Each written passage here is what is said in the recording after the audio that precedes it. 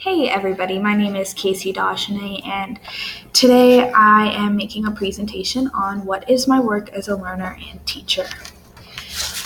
Many of you commented on my graffiti wall post, and for all of you that did, thank you. It was very, very helpful. The first topic that I chose to ask was, how do I know if what I'm learning will help me in the future? Somebody commented and said that we don't always know if what will happen in the future, but Heavenly Father does. I also mentioned that in chapter 2 it said, "But he that doth truth cometh to light, that his deeds may be manifested, that they are wrought in God." And that they said that it'll be manifested, that God will tell you basically what, not exactly tell you, but he'll point you in the right direction for it, and that will help you in the future. Somebody else mentioned that in D&C 8878 through 118, it said, "He admonishes us to seek learning out of the best books and to study things both in heaven and on earth."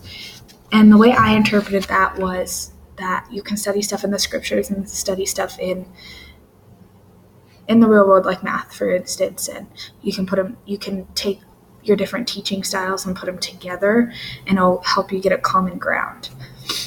And then also, if I want to further gain knowledge on this question later in the future, I know that I can find more examples in the scriptures that'll help me understand it more if I need it, which is always helpful, that the scriptures will help you with any topic.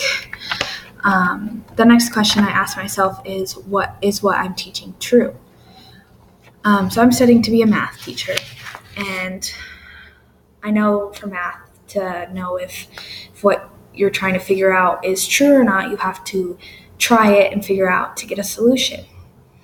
I related this instance to when I was being taught by the missionaries and how they told me to pray to see if the church is true.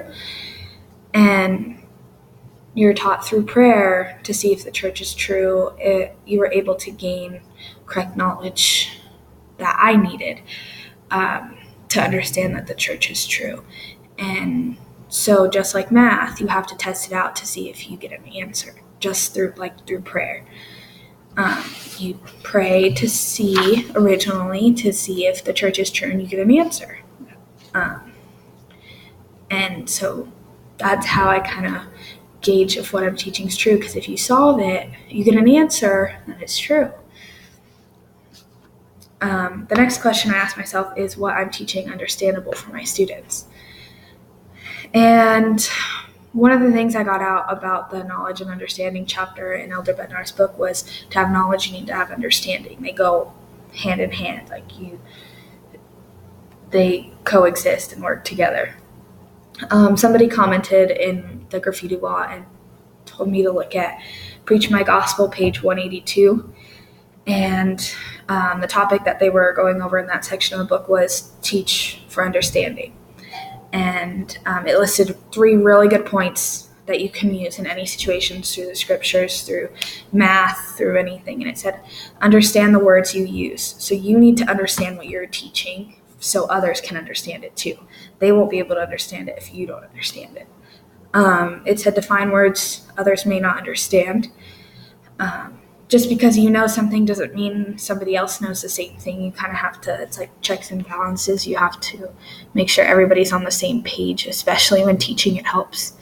And then the last point was, ask people questions to make sure that they understand what you are teaching them. So that's where the teach one another comes in. You put them in a situation where they have to teach, and then they are able to learn the material better, because they go back to the first point, and you have to understand what you are teaching. And I really liked that section in Preach My Gospel. It opened a lot of understanding for me on this question. And that is my presentation. Thank you for watching.